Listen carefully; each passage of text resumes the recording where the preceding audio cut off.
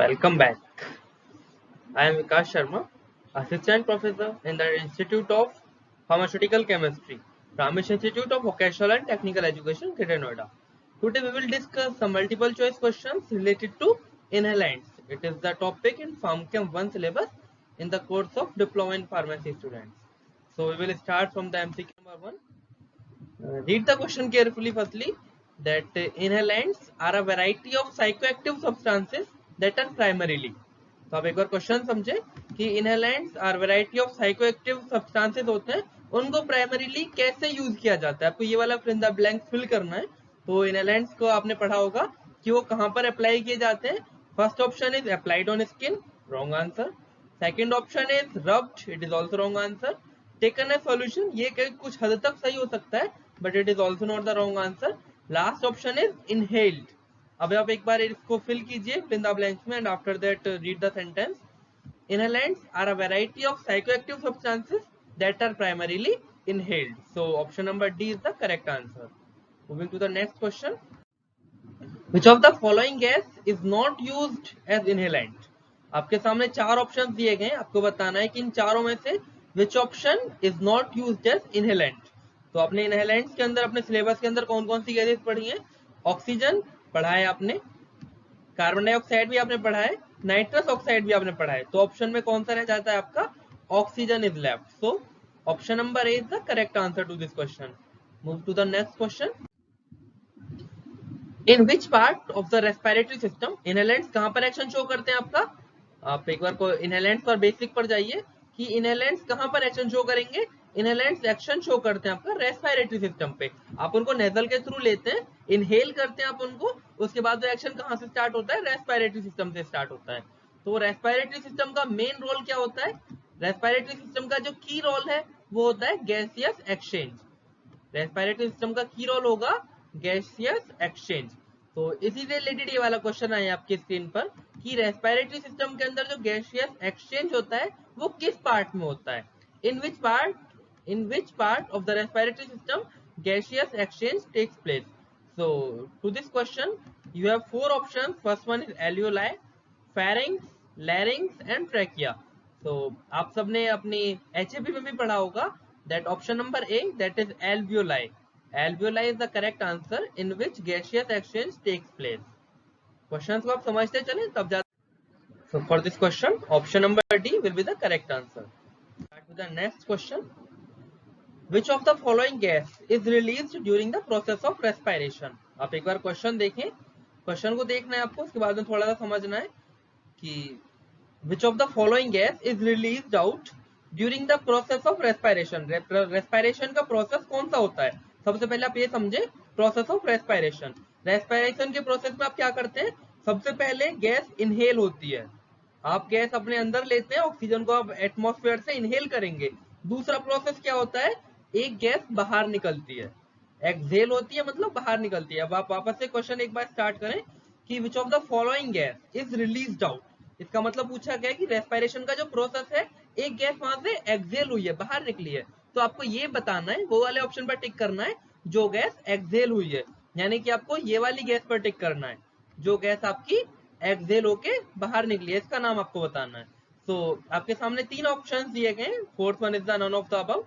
तो आप उन चार ऑप्शंस को देखिए कि ऑक्सीजन गैस आप बहुत अच्छे से जानते हैं कि आप एटमॉस्फेयर से ऑक्सीजन गैस को इनहेल करते हैं, अपने बॉडी के अंदर उसको इनहेल करते हैं. Second option is hydrogen, it is not involved in inhalant, it is not any type of inhalant. Second option है third option is carbon dioxide. और आप सब बहुत अच्छे से जानते हैं कि आप अपने रेस्पिरेटरी सिस्टम के अंदर ऑक्सीजन गैस इनहेल करते हैं, साथ ही साथ साइमल्टेनियसली क्या करते हैं आप कि कार्बन डाइऑक्साइड गैस को एक्सहेल करके बाहर निकालते हैं. So option number C is the correct answer. The next question.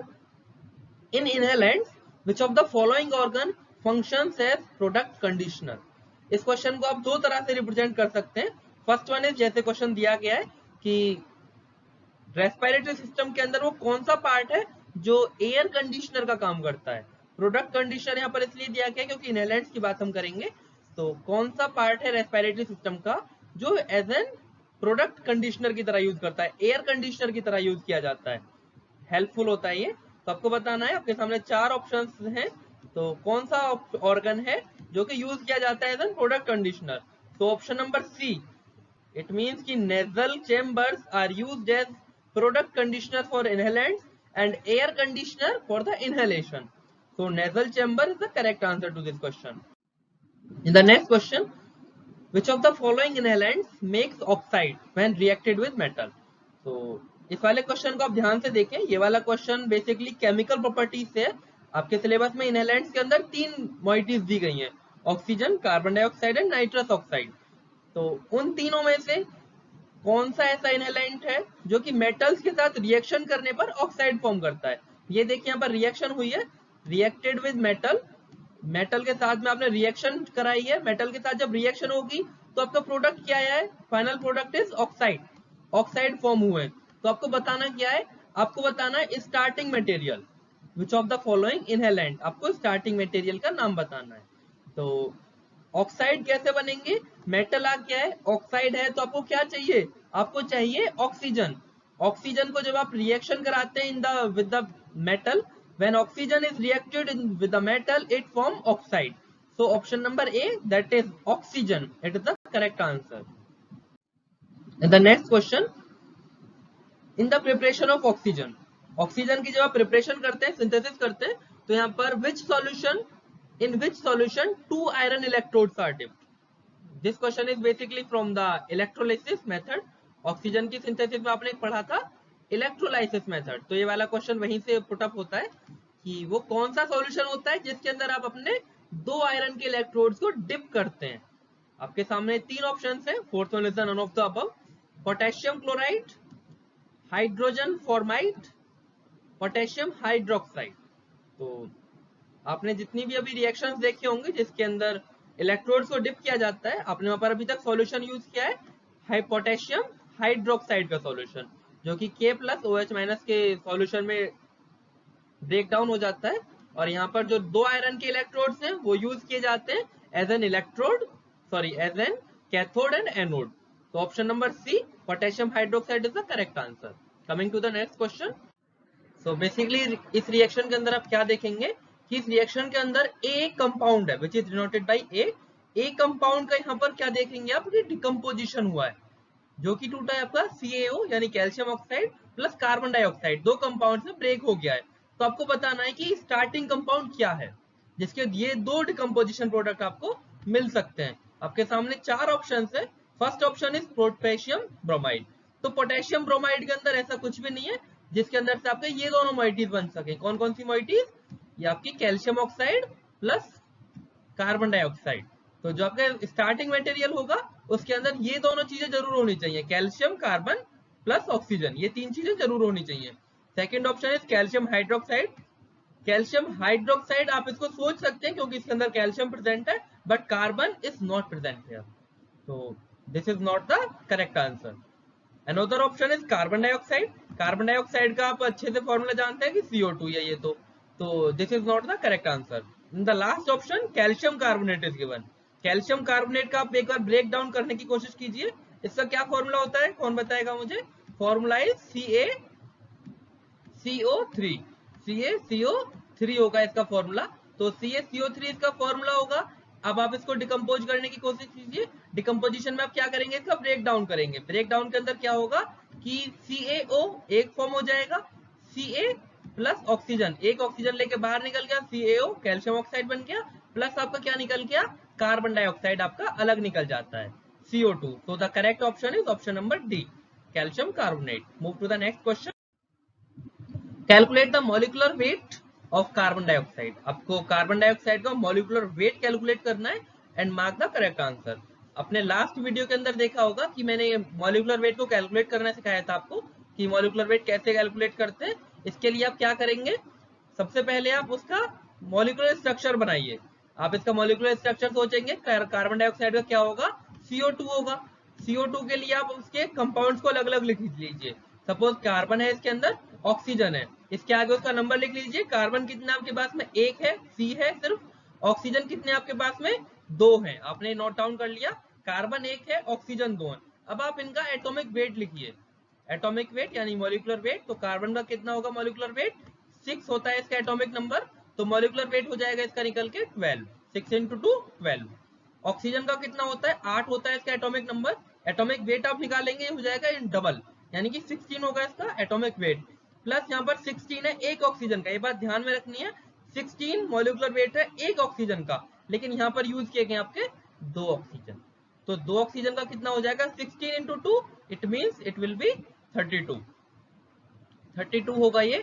अब आप इन दोनों को कैलकुलेट कर दीजिए, एड ऑन कीजिए दोनों को, आप एड ऑन करेंगे तो क्या आएगा 4 यानी कि 44 आएगा आपका, 32 प्लस 12 आप करेंगे तो कितना हो जाएगा 44। तो आप ऑप्शंस को देखिए, जिस भी ऑप्शन के अंदर आपको दिख जाए 44 आप उसको तुरंत मार्क कर सकते हैं, आपको दिखेगा option C that contains 44, it is the correct answer to this question. Atomic weight calculate करना आना चाहिए सबको, atomic weight is 44 for the carbon dioxide. In the next question, which of the following inhalant form calcium carbonate when reacted with calcium hydroxide? 4 inhalants आपके आगे दिए गए हैं, 4 options आपके आगे दिए गए हैं, आपको बताना है कि इन चारों में से कौन सा कंपाउंड है जब आप इसकी कैल्शियम हाइड्रोक्साइड के साथ रिएक्शन कराएंगे it will form calcium carbonate, CaCO3 बनेगा आपका जो आप इसकी रिएक्शन कराते हैं कैल्शियम हाइड्रोक्साइड के साथ में। तो ऑप्शन नंबर सी आप अच्छे से देख सकते हैं, समझ सकते हैं, carbon dioxide is the correct answer to this question.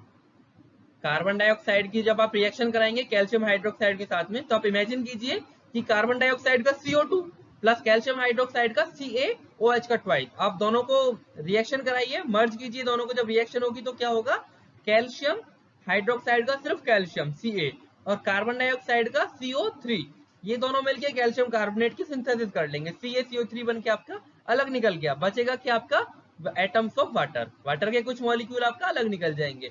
आपको करेक्ट ऑप्शन आपका मिल गया होगा आफ्टर द इमेजिनेशन कि option number C carbon dioxide is the correct answer. तो I am moving to the next question.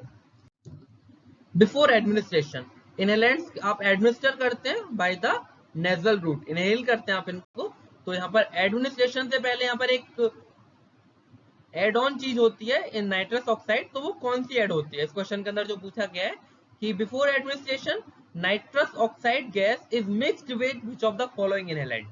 Nitrous oxide gas को आप directly inhale नहीं करते हैं, इसको आप एडमिनिस्ट्रेशन कराने से पहले पेशेंट को जो आप इसको देते हैं तो सबसे पहले इसको मिक्स किया जाता है एक इनहेलेंट के साथ में, आपको उसका नाम बताना है। आपने थ्योरी की क्लासेस में देखा होगा, मैंने बताया था कि nitrous oxide is mixed with oxygen gas before administering to the patient. So the option number C, oxygen is the correct answer to this question. In the next question, which of the following inhalant is stored in grey color cylinder? हमारी theory की classes हुई थी, theory की classes में मैंने बताया था सबको अच्छे से कि इनहेलेंट्स के केस में तीनों गैस हैं और तीनों गैसेस के लिए अलग अलग कलर के सिलेंडर्स का यूज किया जाता है, तो आपको ये तीनों बहुत अच्छे से याद होना चाहिए, BTUP के क्वेश्चन पेपर के लिए बहुत इंपॉर्टेंट क्वेश्चन भी है ये। तो ग्रे कलर के सिलेंडर में कौन सा इनहेलेंट स्टोर किया जाता है, ग्रे कलर में जिसने पढ़ा होगा वो इजीली बता सकता है कि grey colour cylinder is used for the storage of carbon dioxide gas. Option C is the correct answer to this question. यहाँ पर एक और सिलेंडर का कलर आया है हमारे आगे, this is stored in blue colour cylinder, आपको उस इनहेलेंट का नाम बताना है जो कि ब्लू कलर के सिलेंडर में स्टोर किया जाता है। ये भी हमने थ्योरी क्लासेस में बहुत अच्छे से देखा था, आप इसको बहुत इजीली आंसर कर सकते हैं जिस भी बच्चे ने क्लास ली होगी, that nitrous oxide is the inhalant which is stored in blue colour cylinder. So option number D is the correct answer. Which of the following inhalant is known as laughing gas? इस वाली gas के synonym पर हमने class में काफी बात की थी कि कौन सी गैस को हंसने वाली गैस कहा जाता है या कौन सी गैस को हंसाने के लिए भी यूज किया जाता है। So once again nitrous oxide is the correct answer. Last question में भी nitrous oxide correct answer था and in this question nitrous oxide is the correct answer. क्योंकि आप ऑप्शंस को देख सकते हैं, हाइड्रोजन गैस इनहेलेंट्स में यूज ही नहीं होती है, वो बिल्कुल अलग हो जाएगा ऑप्शन। ऑक्सीजन गैस आप नॉर्मली इनहेल करते हैं जिससे आपको कोई हंसी नहीं आती है, so this is the wrong answer. And after that carbon dioxide, इसको तो आप अपने अंदर से एक्सहेल करते हैं, so this is also not the wrong answer. आपके स्क्रीन पर क्या बचा, nitrous oxide, and that is the correct answer. I am moving again to the next question. Match the compound which has molecular weight of 44. आपको उस compound का नाम बताना है जिसका मॉलिक्यूलर वेट 44 होगा। हाइड्रोजन, अब मैंने पिछली वीडियो में भी बताया था मॉलिक्यूलर वेट कैसे कैलकुलेट करते हैं, इस वीडियो में भी एक क्वेश्चन पर अभी बात हुई है, आप इजीली बता सकते हैं, फटाफट से कैलकुलेट कीजिए। यहाँ पर एक या एक से अधिक कंपाउंड्स का मॉलिक्यूलर वेट 44 हो सकता है। हाइड्रोजन का आप कैलकुलेट करेंगे, इसका एटॉमिक नंबर 1 होता है, तो it will not go for 44। Oxygen की अभी मैंने बात की थी कि 18 इंटू 2 16 हो जाएगा इसका सिर्फ। अब आपके सामने दो कंपाउंड बचे हैं, carbon dioxide and nitrous oxide. आप दोनों का अच्छे से कैलकुलेट करें, मैंने कैलकुलेट करना सिखाया है। आप देखेंगे कि दोनों का मॉलिक्यूलर वेट होगा 44। तो here both question, both answers are the correct. तो ये वाला क्वेश्चन आंसर मैंने इसीलिए ऐड किया था ताकि आप मॉलिक्यूलर वेट करना अच्छे से सीख सके। इन दोनों ही कंपाउंड्स का मॉलिक्यूलर वेट आएगा 44। आप मॉलिक्यूलर वेट को कैलकुलेट करने की प्रैक्टिस रखें, ये वाला क्वेश्चन काफी सारे कंपाउंड से रिलेट कर सकता है, क्वेश्चन उठ सकता है बाकी कंपाउंड के भी। So I am stopping here in this video. We will meet soon in the next video. Thank you so much.